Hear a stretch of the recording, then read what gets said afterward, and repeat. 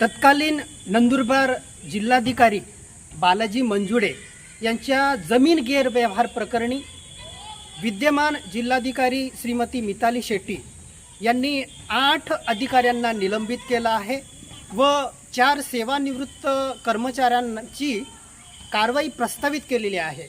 त्यांच्या या कारवाईबद्दल आम्ही बिरसा फायटर संघटनेतर्फे हार्दिक अभिनंदन करतो।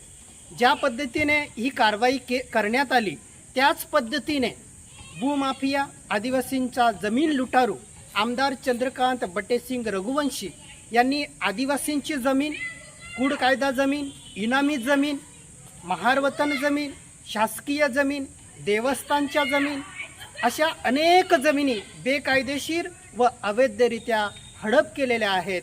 त्याची सखोल चौकशी करून या भूमाफियावरती श्रीमती मिताली शेट्टी जिल्हाधिकारी नंदुरबार ह्या कारवाई करतील का असा आमचा सवाल आहे। आम्ही दिनांक 25 मार्च 2025 रोजी आदिवासी संघटनांनी या भूमाफियावरती कारवाई करावी म्हणून श्रीमती मिताली शेट्टी मॅडम यांना निवेदन दिलं होतं। हे निवेदन देऊन 1 वर्ष पूर्ण झालं आहे, तरीही अद्यापही या भूमाफियावरती श्रीमती मिताली शेट्टी मॅडम ह्या कारवाई करत नाहीत।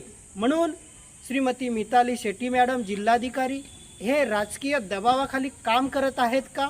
या भूमाफिया आमदार चंद्रकांत रघुवंशीवरची ही कारवाई टाळण्यासाठी ते प्रयत्न करत आहेत का असाही सवाल आम्ही इथं उपस्थित करतो।